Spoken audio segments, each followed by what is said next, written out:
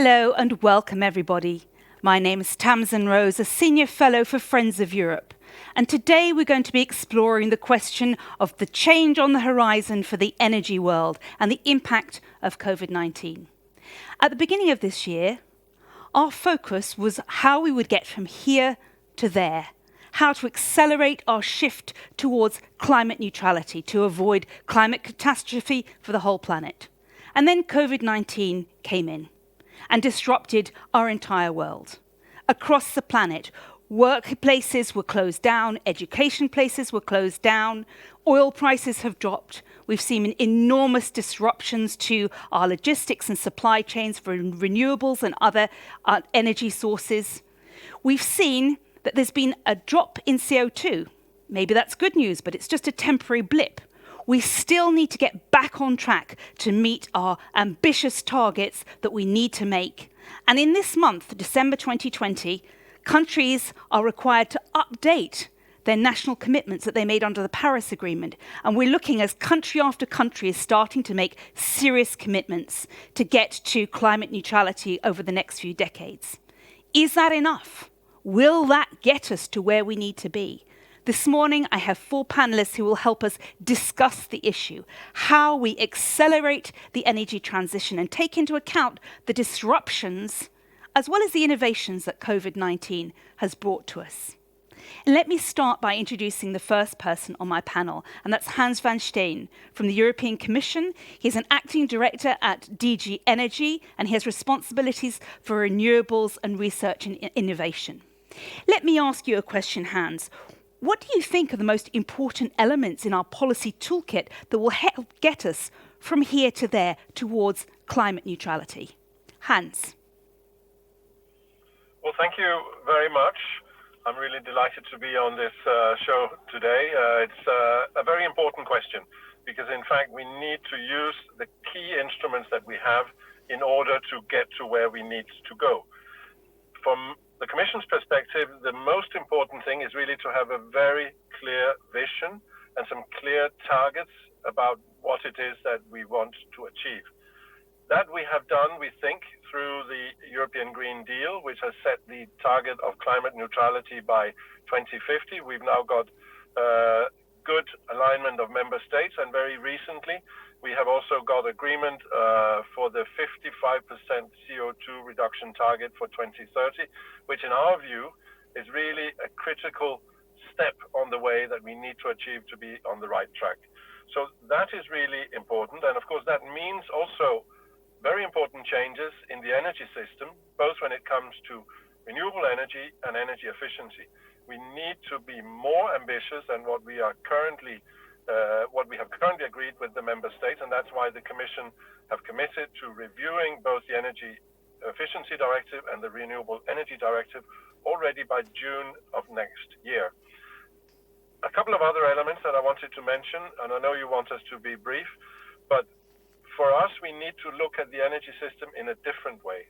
We need to look at the energy system in its totality. We need to look at it in an integrated way. We have come forward with a comprehensive strategy for that, the Energy System Integration Strategy, which also looks at things like hydrogen, and we need to be able to make sure that we can also look at carbon emission or get carbon emission reductions in those sectors that are hard to abate, and hydrogen might be one element of doing that. And of course, all of this will be powered by renewables. It will be a large extent powered by renewable electricity, but not only. And that's why we need renewable electricity to continue its growth, accelerate its growth as we move forward. Thank you, Hans. For this one. You mentioned you need a narrative that needs to take into account vision of where we're going and an integrated view of the whole energy system. Let me now show you a question that we've had from Sandrine Dixon de Clèves, who is from the co-president of the Club of Rome. And the question she has is, she says, our energy system and the policy surrounding it has largely been made with production at the centre. Isn't it about time that the EU decision makers change the narrative here as we look to recover from a depressed economy in 2021? How should they proceed? Hans, this message about the narrative shifting away from focusing on production and to a broader energy ecosystem, how do you think we should do that? Well, it's a very good question, and in fact, it builds on what I just said about the energy system integration. Because today we have an energy system which is broadly linear. It's also wasteful, and flows of energy are going mostly in one direction. That needs to change. We need to have an integrated energy system where the energy flows more freely between energy and producers in both directions. And we need to reduce wasted resources, and of course, that comes with also wasted money. And that is exactly what we've been trying to do with the energy system integration strategy. And let me just very briefly mention what are the key elements of that. First of all, we need a much more circular energy system where waste energy is captured and reused. And that can be done in very many different ways. We need, of course, to continue to promote energy efficiency through the energy efficiency first principle. That's always the first thing to do. But we also need to encourage the reuse of waste heat, for example, from industry, but also for things like data centers that will be very, very important in the future. The other thing we need to do, as I said, electrification of our economy will be important. And we need a cleaner power system, and we need probably to be able to gear up towards using more electricity, for example, in heating through heat pumps, but also in transport with a much, much higher degree of electric mobility. Very important to make sure that we have the infrastructure in place that can make that happen. And then we need to look at those sectors that I mentioned that are hard to electrify and therefore hard to abate. That will be certain types of transport, heavy transport, or maybe maritime and certainly aviation. And we need to look at also certain parts of industry that is going to be difficult to electrify simply because of their very energy intensive nature. And for those, we need to be sure that we have solutions in place. And then we need, as I said, a much more integrated system whereby the consumers are really at the center of all this. And we need to have a more consumer-centric energy approach. And I think that was very much what Sandrine was aiming at with her question. So those would be my points on that question. Thank you. Thank you. Let me introduce the next person on my panel, and that's Manon Dufour from the Third Generation Environmentalism Organization.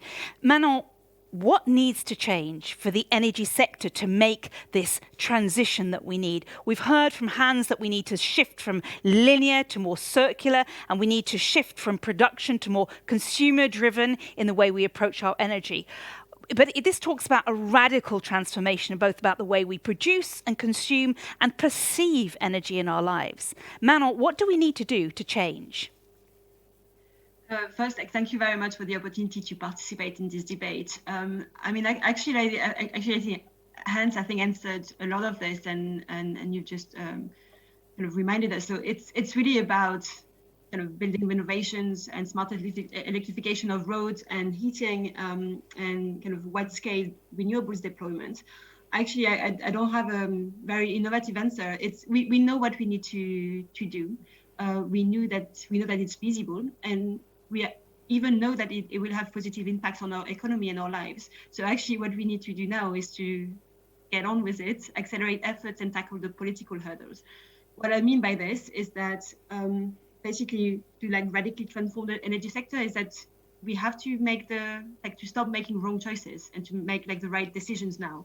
So when we plan the network, we need to plan for energy system that is compatible with climate neutrality, and that means for investors, for regulators, and for kind of planners that they have to make the right decisions now for 2050. We need to really pick up pace on heating and mobility, and we need to kind of redirect financial flows. When I'm talking about the political hurdles, is that these are all kind of planning and technology solutions.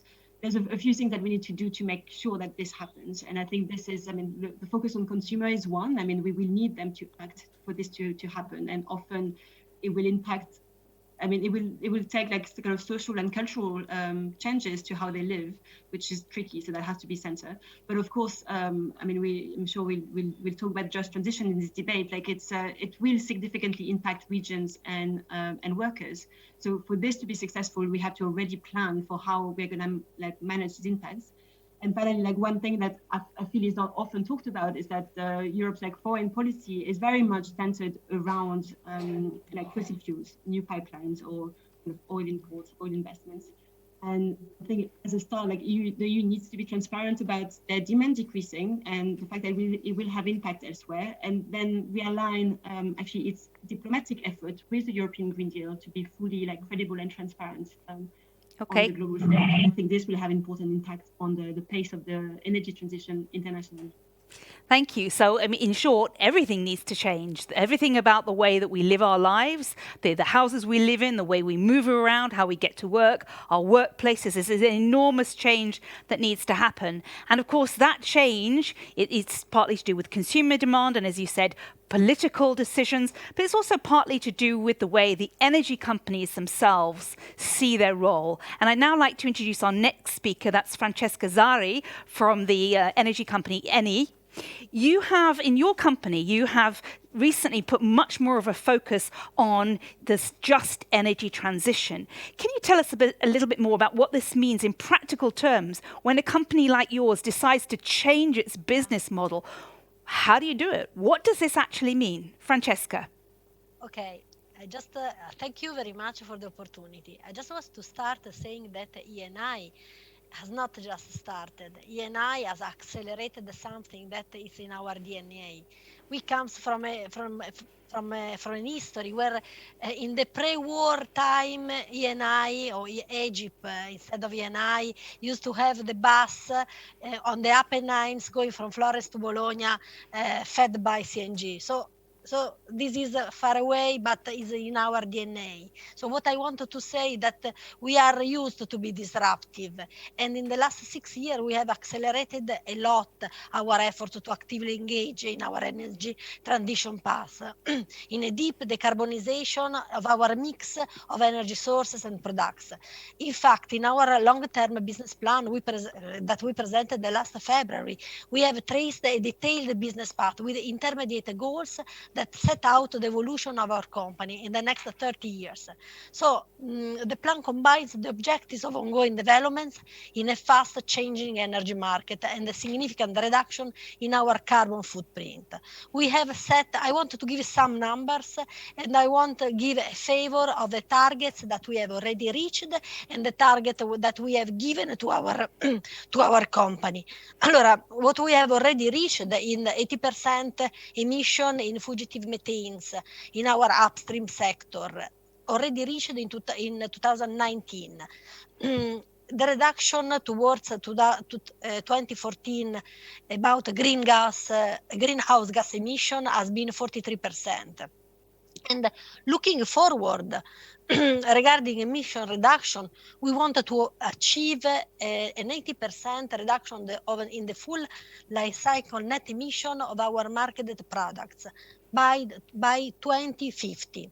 And this is very interesting because we apply a methodology that includes emission scope 1, 2, and 3. And it is a full life methodology, which keeps into account the full life cycle of our energy products, okay, of the energy products that we sold. And this is more than 70% of the threshold indicated by IEA in its SDS scenario. Then we have also set intermediate targets just to ensure that our decarbonization path is well followed. And this is the 30% in 2035 for zero scope 1 and zero scope 2 carbon footprint of all our businesses by 2040.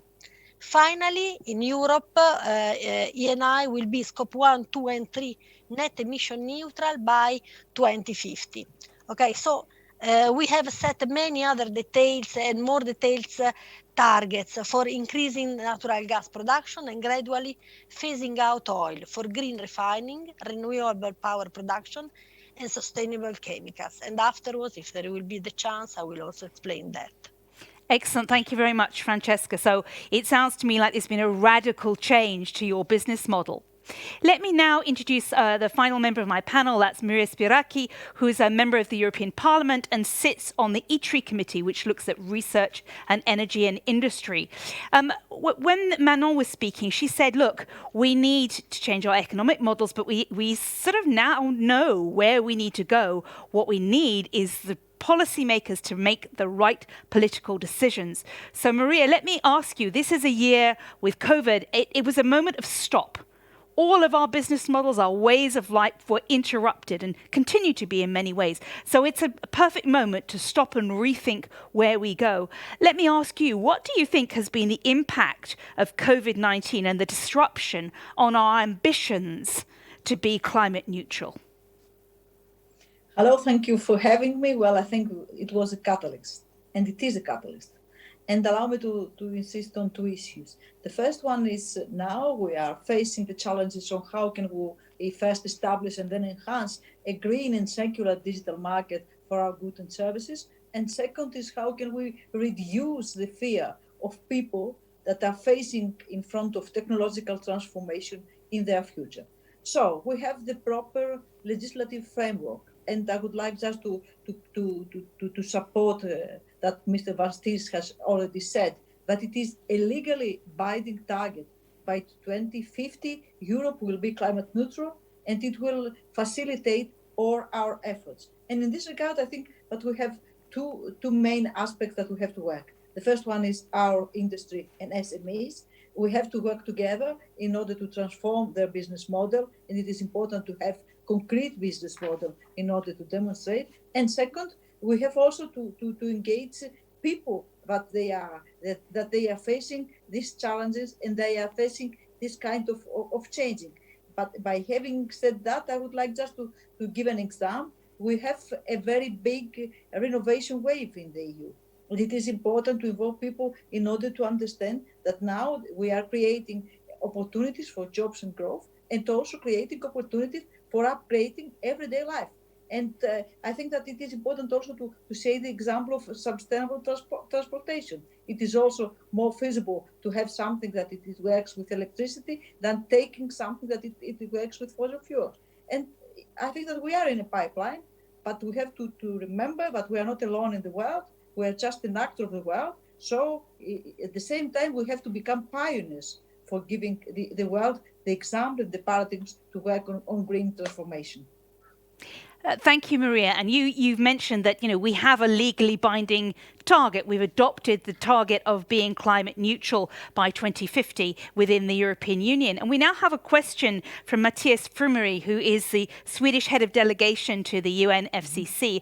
And he's asking, given the progress that Europe has made, what are the lessons that other regions or countries can learn from Europe's ongoing energy transition? And what can we learn from others? Maria, let me invite you to pick up on this one, particularly given your knowledge of China and their recent net zero commitment, which was, of course, that's the big beast in the energy world. And China has made this commitment. How do you think we could learn from that? And what else do you hope countries would take as inspiration from Europe's legally binding commitments? Well, very happy to listen. President Vaxi, he said that China will become carbon neutral by 2060. And it is important to know that China is preparing her own ETS, and maybe this kind of emission trade system could be complementary with EU's trade system. In this regard, I think that China, of course, is a strategic rival, but it's also could be a partner on joint forces for tackling climate change. But the thing that we need, that it is important to know and say, is that we need concrete results. And we are waiting for concrete results. By saying what can we have demonstrated on behalf of Europe, we have, of course, emission trade system, we have just transition mechanism, it is the mechanism which is facilitating regions and cities depending on coal and in order to become climate neutral. It is also the border adjustment mechanism, which would be a mechanism, but it will finally stop carbon leakage and in a way facilitate the European industry to stay at home. But allow me to say that we need, of course, the global cooperation. We need the global cooperation by saying that it is very hopeful that the US will rejoin Paris Agreement and one main global actor will become in our table. Thank you, Maria. And you talked about some different things that Europe is already doing. For example, it's making its commitments, it's putting its financial goals through across its programs, it's setting up border commitments. So if you want to trade or import or export with the EU, you have to meet certain commitments. This brings us a question about exactly what is the role of the EU in the global function. And here I'm going to invite you to have a look at this quote from Jos Garman. He is the UK director for the European Climate Foundation and a European Young Leader. And he asks, with Europe's own industry representing a shrinking share of the global climate footprint, so that's a good sign of what we're doing, how can the EU leverage its role to best ensure that the rest of the world also steps up and does their fair share? Now, I'm going to ask anyone on the panel who'd like to pick up on that, because you've all mentioned in your first messages something about the relationship between the EU and the world. Who would like to pick up on this? What is the EU's leverage? Maria, I see you'd like to say something. You need to be unmute. Okay, yes, I'm back now, I think. Well, if I may, I think that it is very ambitious, but it's very important to start setting global standards. And in this regard, we will facilitate our industry in order to become much more greener. And we will create, by setting global standards, a global level playing field, which is now lacking. This is my proposal in this regard, and I think that we can work on it because the market of green and sustainable products is open, and I think this market is very, very ambitious. Okay, so you've identified that the EU's role as a standard setter and norms is a way that it can help move the needle for everyone. Didn't we try this before with the ETS, the emissions trading system? Is this something that we should say, well, Europe has a positive track record and we can do this for the rest of the world? Who might like to pick up on that? I can see Hans and Manon. Hans, let me go for you first, and then Manon, I'll come to you. Hans. Thank you. I think the power of example is very, very powerful, actually. If one can demonstrate that what we are doing works, first of all, it reduces our emissions, and at the same time, the green transition can be a growth strategy. I think that is something that really is noted around the world. And I think, as Maria Spiraki just said, that the fact that China has now committed to climate neutrality, albeit 10 years later than us, is already a very, very good signal. And I think many others will do that. Ultimately, though, and we will cooperate with the rest of the world wherever we can, in the Clean Energy Ministerial, in the International Renewable Energy Agency, all these places where we can help and bring forward good practices from Europe. But ultimately, we may also need to say that we have to, at the end of the day, protect our industries against unfair competition. And that is why the Commission is now looking at this thing which is poetically called the CBAM, the Carbon Border Adjustment Mechanism, and which we've committed in the Green Deal to come forward with in the relatively short term. It's a complex topic. It's a very complicated issue, but the Commission is actively studying this and will hopefully be able to come forward with something relatively soon on that. That will be very, very important as well, I think. Thank you. Manon, let me come to you to pick up on this issue again. Maria has suggested that, one of the EU's, greatest leverage mechanisms is its power to set standards, and guidelines and norms that others then live up to. And Hans has said, yes, the power of example is really important because it gives others a clarity about where one of the world's largest economies is moving, and it sets a standard for others to meet. Do you see this as the sort of greatest mechanism the EU has to help encourage others to do their bit? Manon? Definitely, I think they've given very good, two good tracks showing that we are doing this out of domestic interest, actually. This is a growth strategy and it works. And also like focusing on cooperation and setting global standards is key. What I wanted to say as well is that we're starting to be in a very different ballgame with the new US administration and China taking like more commitments, where instead of thinking of a shrinking part of emissions, we have to think of like competition coming up around low carbon technologies, market shares, and actually standard setting. So managed poorly, if we manage this right, like this can really lead also to kind of competition and like a race to the top, and it can really drive innovation on green technologies that the EU could benefit from. If we manage this poorly without like proper cooperation with these partners, I mean, we're risking also like kind of trade-related disputes over low carbon products or standards that wouldn't be productive. So I just want to kind of stress and like plea for like a cooperative approach going beyond the kind of carbon border adjustments that are there to protect the industry, to actually kind of proactively cooperate with other countries to set global standards to drive the transition. Thank you. And you've highlighted, some of the challenges that we have with the complexity of our global trade agreements. And if you just look at the tension that we have right now with the negotiations on the Brexit deal, just to see that it isn't negligible, the issue of our trade agreements and the extent to which we set standards, and we don't want our trading partners to compete by driving to the bottom. We want a race to the top. And this can be a real challenge. And as you've also mentioned, Manuel, this isn't just a technical challenge, it's a political challenge. And we've got a question here from Laura Cozzi, who's asking us, if we take into account in our own analysis, this is a video clip that we're going to watch. Let's watch Laura. She is the Chief Energy Modeler for the International Energy Agency, and she has a question that picks up on this point. Let's watch her message. I'd say that even in our analysis, even once we take into account all the net zero targets around the world, Europe, the recent ones, China by 2060, we are still only getting 1/3 to where we would need to go. So government needs to engage in big global diplomacy. Okay, Manon, let me come back to you on this, because she's mentioned this idea of diplomacy. Is it conceivable that later this year or next year, when we move towards COP26, we might see global efforts, a diplomatic effort, let's say China and the EU together, trying to encourage other parts of the world to match them in climate neutrality? And here we're talking about how the politics of moving us forward might make a difference. Is this an opportunity for diplomacy, and is the EU ready to take that role?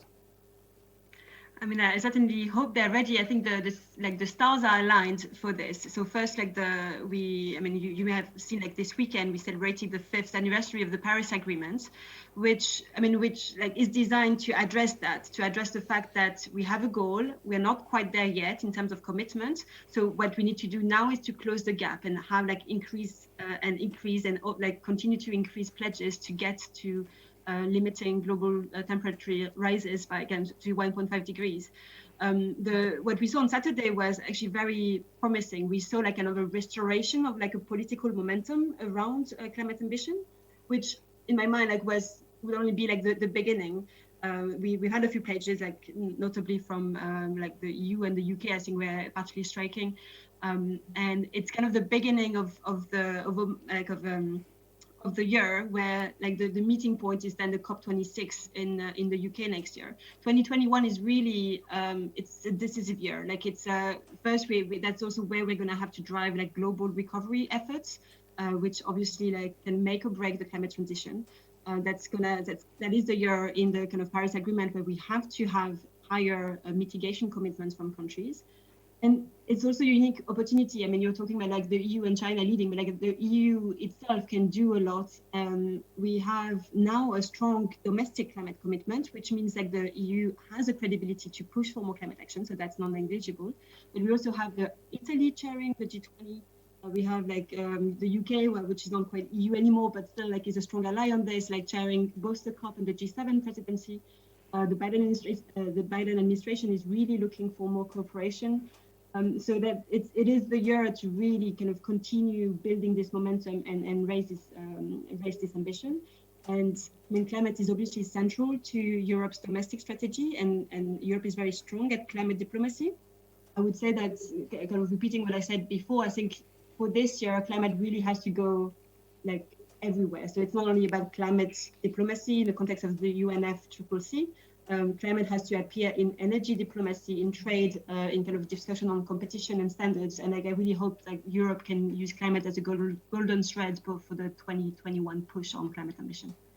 Okay, thank you, Manon. You talked about this big global ambition, and next year is the year of change. This is the make or break. The political stars are aligned. There is a tremendous opportunity.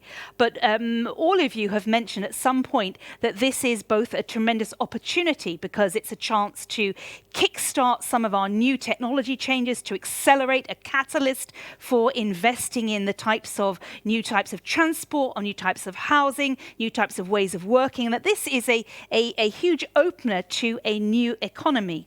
We've had a question in from one of the citizens who's participated in our Debating Europe platform, which is a platform that Friends of Europe has created, and 5 million citizens engage in conversations about policies. And we have this question from Vit, and he says, can decarbonisation also be a chance for innovation and new jobs? And earlier somebody mentioned that, that we have to deal with the fact that there's fear for consumers about the impact on their lives and what's going to happen. So is this something we should embrace as a new opportunity? Francesca, I'm going to come to you. Is the carbon transition an opportunity for innovation and new jobs, or is it a job killer, as some people have claimed that the climate response is a job killer in the past? Should we see it as an opportunity for new jobs and new innovation? Of course. To me, the decarbonization of our economy is a gigantic task and can only be achieved through innovation. Innovation is the motor for the decarbonization. And from our point of view, as a company, as a bigger corporation, we need to do that to create and acquire skills. We need to upskill people. We need to hire from the market new people skilled with new skills. And this is a great chance both for young people, but also for people that are already in the business to upskill, to become newer, to become, and to put also ideas, to put also competencies, maybe all the competencies that can be turned new, because now things changed so quickly, but you have to rely also on solid basement. So really, as a company, to us is a moment of very big opportunities. So for doing that, what we are doing, we are cooperating with a lot of institutes, more or less 70 institutes. We are cooperating with for courses, for skilling, for research, for innovation, for startup. And there is a specific initiative that has been taken 2 years ago with the Polytechnic of Milano. We promoted a master in technology innovation, and those guys now work with us. And this brought, let's see, a wind of new thinking, and also I can say that also our collaborators, our engineers who worked with oil and gas for 20-30 years, they also get this new spirit. There is this new wind of novelty. So really for a big corporation like Eni, this decarbonization path is also an opportunity to grow, to change, to upskill its people, and that's all. Thank you for that, Francesca. So you see it very positive and optimistic that this is an opportunity for a change, for new pathways, for careers and skills. Let me now turn to Maria, from the view from the European Parliament, because of course, as a result of COVID-19, we're going to have this economic shockwave. We're going to go from the high point of the recovery from the economic crisis, where we now have more people in work than we've ever had, and suddenly the pandemic has pushed a lot of people out of a job, and there's fears that people will have difficulty finding employment. So how would you from the Parliament make the case to citizens that the decarbonisation efforts, which may feel technical or costly or too far away from everyone's life choices, how would you make the case that this is a real catalyst for new jobs and innovation? I think that we have to provide credible solutions. And in this regard, I'm a very big fan of circular economy, and I would like to congratulate the Commission for the work that they have done in terms of having the circular economy action plan too. By providing credible solutions with repairability, usability, and potential manufacturing, it is offer considerable opportunities for having new jobs and growth. And I think this is the case for us. We have to provide solutions. We have to provide solutions as soon as possible. Solutions in the renovation wave with circular materials and local SMEs. Solutions in transportation, in sustainable transportations. Solutions that they finally be related and easy connected with jobs. Okay, thank you. Let me now invite you to reflect a little bit on the fact that, COVID-19 wasn't the only infectious thing that happened this year.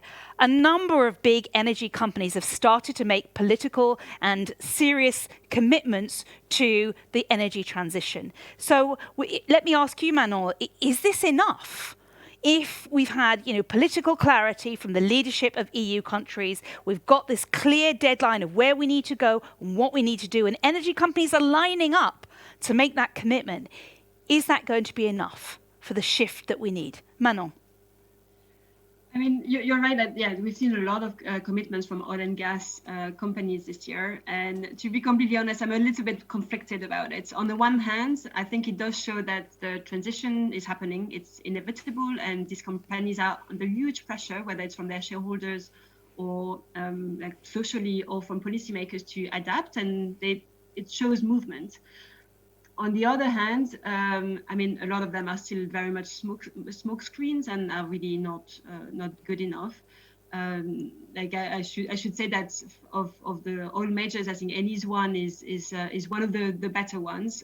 But if you look, there's been a report by Oil Change International that really checked the commitments made by oil and gas majors against a set of minimum prerequisite for this being showing integrity and potential alignment with the Paris Agreement. And just basically all of them largely failed this test. So some are just plain wrong, where they have 2050 climate targets, for instance, but are actually planning on increasing production over the short term. Equinor does that. So really trying to maximize their assets with no regard for the carbon lock-in that it creates. Some account for only parts of their emissions or part of their portfolio, which is just plain wrong. And others are kind of playing the geography, so showing changes in the global north while developing, looking at extracting, testing new sites in a lot in Africa or in kind of even the Eastern Mediterranean. So, without even mentioning the fact that these fossil fuels should stay in the ground from a climate point of view, it really creates a political lock-in. So, because building any new infrastructure, having new workers, putting new capital in on these projects really mean that politically and economically it's going to be really hard to move away from it. So basically, in short, I think the commitments are a start. It really again shows that it's moving and that there's no coming back on climate ambition. But I think it needs to be accompanied with more integrity from some of the oil majors, but also continued policy pressure. And I think there's a lot of things. Again, it's always a private and public sector kind of hand-in-hand approach to drive this. But if you look at the policy side, there's a lot more we could do. There's some that come from the hard decisions, which are public finance institutions ending support for fossil gas, for instance. You have governments, it's a small number, but it's a growing number of countries ending licensing for oil and gas. And then they also come back again to the diplomacy question and having Europe, for instance, starting to cooperate with some of the kind of net exporter countries to kind of find a new future for themselves and kind of being transparent about European demand decreasing, so that source of revenue also decreasing for these countries, and also looking for new opportunities for them to find kind of new economic growth in other sectors like the Europe is doing. So that was a long answer just to say that I think it's the commitments show that the needle is moving, but it's not enough. Okay, so and again, you've mentioned that a lot of companies have been under tremendous pressure, economic pressure from their shareholders, consumer pressure from citizens who want a change, and political pressure. So, and that a lot of them made commitments, but as you say, the devil is in the detail, the granularity, and the time frame. That some of them are doing more of their existing models before they commit to doing things over the long term. So we need to keep up that pressure and that scrutiny and that accountability to bring them in line with political processes. Now let's have a thought about the EU itself, which has a tremendous power, not just through its regulatory and norm-setting process, but also the funds that it uses, both its own resources and the recovery funds, the bonds that it's putting out. And here's a question, 30% of EU funds are being set aside to meet their climate objectives. So how do we think the recovery plans could kickstart this green transformation? And Hans, I'm going to come to you, because this is an area we've talked about, how the EU can ensure that everything it does in the way it spends its money, in its regulatory process and others, can be a catalyst, an initiator, a lead for change. So we've got this big recovery plan and countries are looking to that to help them recover from the pandemic. How do we make sure that these are not just going back to business as usual, but real steps towards the green transition?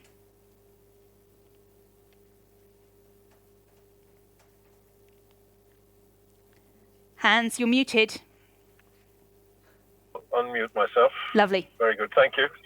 I think it's an important question, and of course it would be a gigantic missed opportunity if we were to spend some of the recovery money on, shall we say, doing more of what we're doing today, which is not in line with the climate transition, the energy transition. This is an opportunity that we absolutely need to grasp. And of course, there was very good news coming out of the European Summit that we now have agreement for both the next financial framework, but also for the big recovery package. And a lot of this has to be climate mainstreamed. About 1/3 of this has to be climate mainstreamed. And the Commission is also going to make sure that the individual plans that member states are going to, or are already in many cases, preparing in order to prepare for their spending of the recovery money, that they respect this 1/3 that has to go into climate mainstreaming. There's a lot of ideas out there about how that can be done, and the Commission has put forward 7 flagships where we think the efforts needs to be concentrated. And 2 of these are actually in the area of energy, and of course those are the ones that I know best. And one is called Power Up. This is about how we can make sure that the money is being spent on, shall we say, cleaner energy technologies to fuel our energy transition, especially renewables, but also other types of low carbon energy could fall under that. And that is really, really important. And the other one, and that has also been mentioned by some of the other panelists, is energy efficiency in buildings. Renovation, we came out with the renovation wave strategy earlier this year. And that is a fantastic opportunity, because here we can really combine in a major way efforts for economic recovery from the COVID pandemic and the energy transition, because there's a lot of jobs involved in renovating our buildings, and there's a lot of low-hanging fruit. There's still an awful potential that needs to be harnessed in this area. The other flagships, I'm not going to go into them, but of course they have to do with ICT, digitalization, but also sustainable transport. All these things are things that really, where the money in our view should be used as far as possible. And of course, when member states do these plans, the Commission stand ready to help them in every way possible in order to make sure that this is going to work. And this is an opportunity not to be missed, as I said in the beginning. Thank you for that, Hans. And I'm now going to show you a video from Helen Mountford, who's challenging us to look in the EU at some of the things that we are doing that are not aligned with some of the political commitments that we're making. Now, Helen Mountford is the Vice President for Climate and Economics at the World Resource Institute. Let's watch her question. Another area where we need a hard look is, of course, fossil fuel subsidies, right? There was a recent EC report that found that Europe still spends something like 159 billion euros per year on fossil fuel subsidies. Yep. Now, we've seen other countries, Nigeria, for example, a number of others that are stepping up and reforming their fossil fuel subsidies during COVID. So Europe should do the same. So there's a challenge. We are not walking the talk in what we do. So Maria, I'm going to come to you and ask you to pick up on this. How does Europe make sure cleans its own budget, makes sure that we're not on the one hand making commitments to the green recovery and on the other hand providing fossil fuel subsidies to get oil and other things out of the ground? We need to make sure that we are fully aligned. Left and right hand are doing the same thing. Maria. Well, I'm not quite sure that the data is very, very precise. In this regard, I have something here that says that we spend only 3 billion on fossil fuel subsidies. But as you said, we have to monitor the implementation. And we have also 3 member states, Croatia, Estonia, and Malta, that they have explicitly stated that they do not plan to phase out a number of specific fossil fuel subsidies. But at the same time, we have 13 member states that they have indicated that they intend to work on setting up plans to phase out fossil fuel subsidies.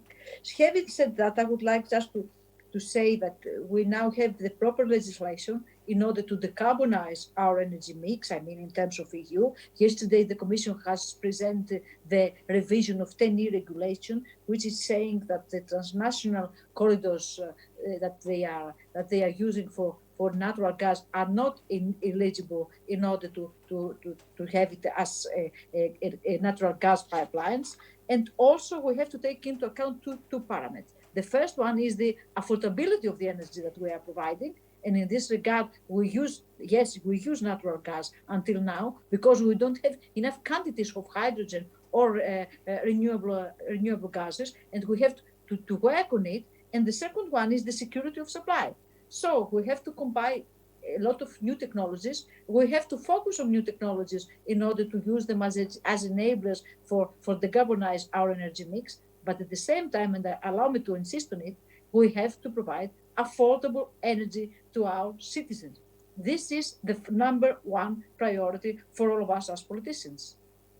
Thank you. And Hans, let me come to you on this, because the European Commission obviously has to work across all the 27 countries. And Maria has highlighted we've got 3 countries have said they're not going to be phasing out their subsidies for fossil fuels, although 15 have said that they are going to. And as Maria has always also indicated, it's about the price of energy that individual consumers are paying. And as we're looking at a potential economic shockwave from this pandemic that may be deeper than any recession we've had in Europe for 70 years, the price of energy really matters for consumers, for small businesses, for farmers, etc. So, how does the Commission find a balance between the needs of countries that are particularly dependent on fossil fuels to be able to meet the energy demands of their societies, and others that are in a more fortunate position and are able to make more ambitious, lofty targets towards climate? You've got to find a way of balancing both of those out and at the same time moving the whole of the EU forward. Not an easy balancing act. Hans, how do you do this? First of all, on the question, I think it is an important question, and the Commission is very clear on this, and the European Green Deal is very clear on this, that we need to phase out fossil fuel subsidies, and we need to do that quickly.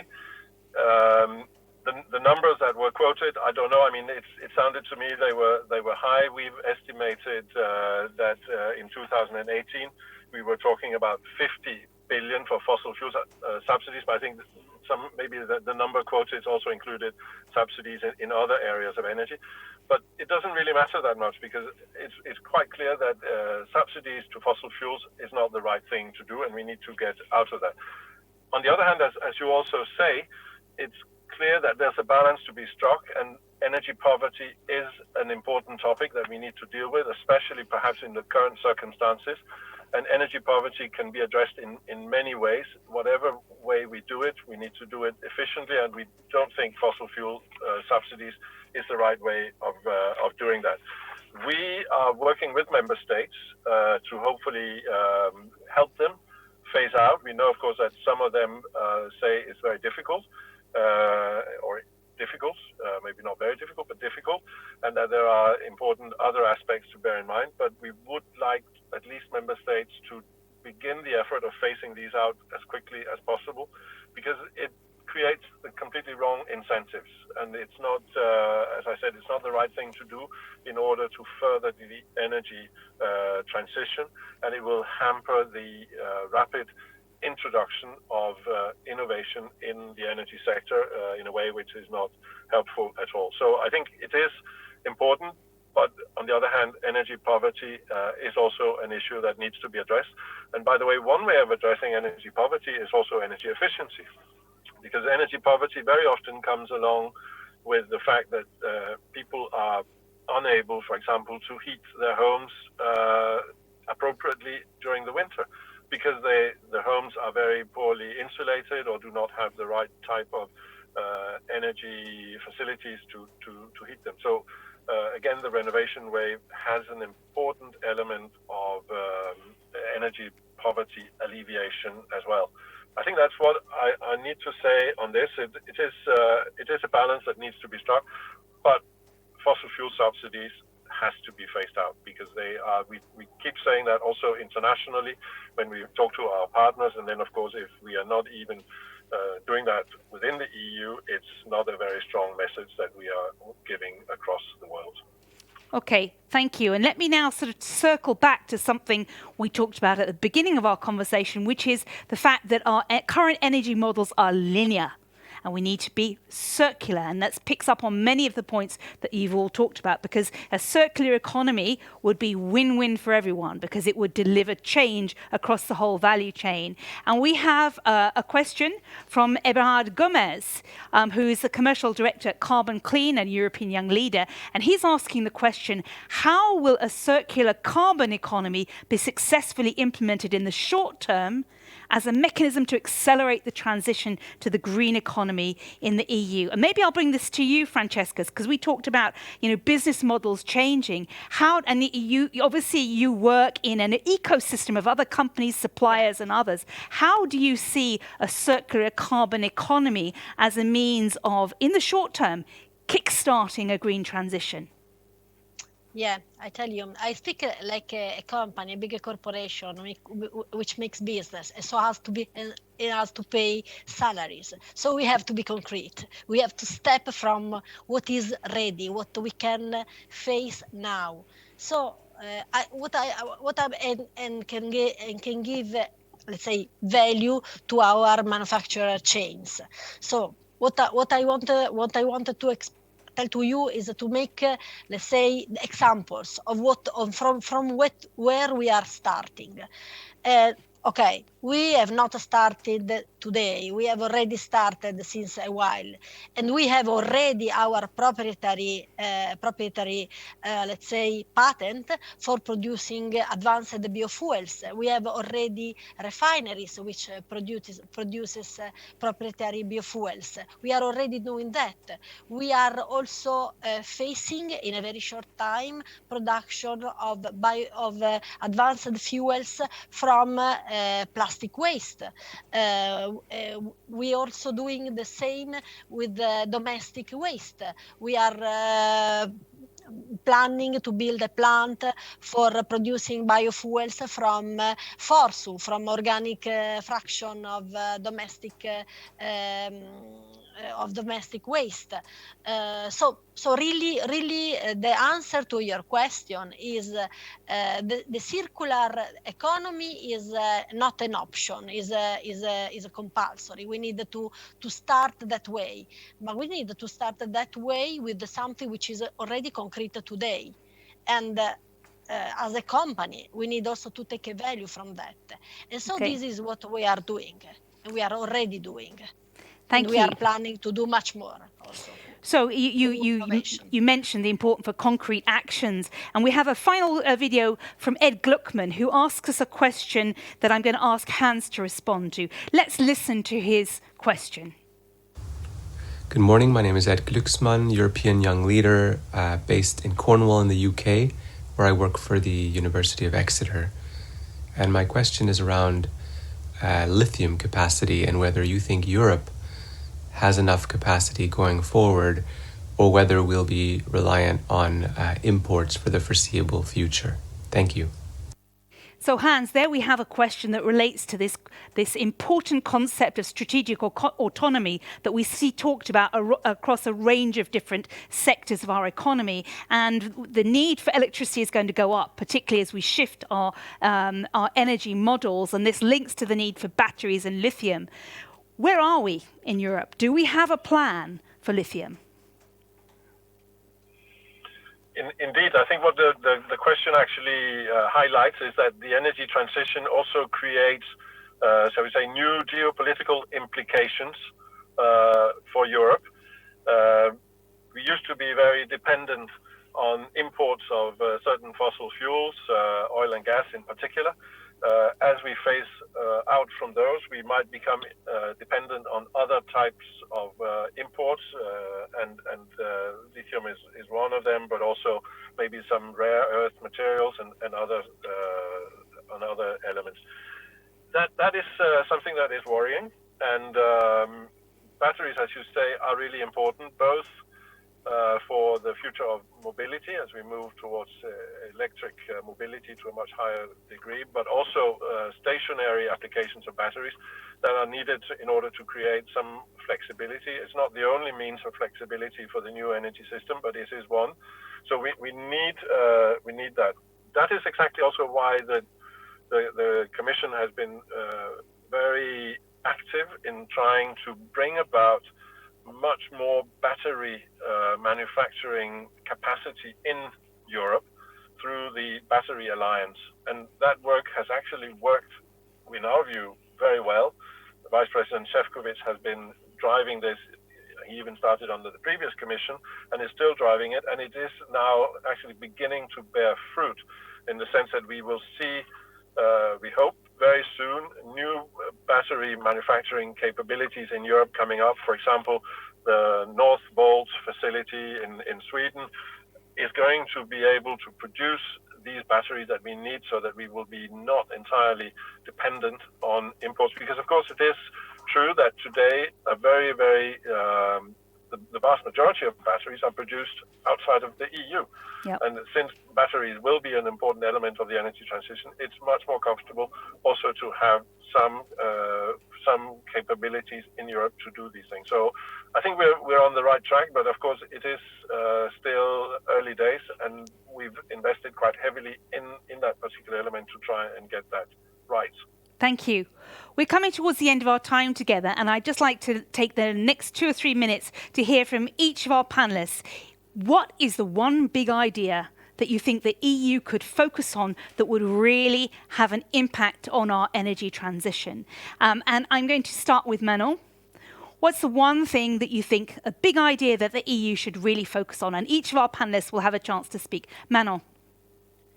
So 2021 is a crucial year and a year full of opportunities for driving the global fight against climate change. So I would say, in addition to driving its own transformation, the one big thing that Europe can do is align its foreign policy with European Green Deal objectives and set a really bold agenda for climate cooperation next year. Thank you. Maria, what's one big thing that you think the EU could do that would make the difference on our energy transition?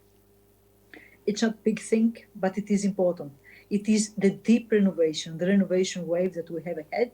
We have enough funding, we have concrete plans, and we have to provide jobs and growth by using circular materials and by supporting local SMEs. I think it is a very good idea to have an upgrade quality of life and to provide it to all our citizens. Thank you. Francesca, from Eni, what would you like to see as the one big idea for the EU to focus on and make a change on?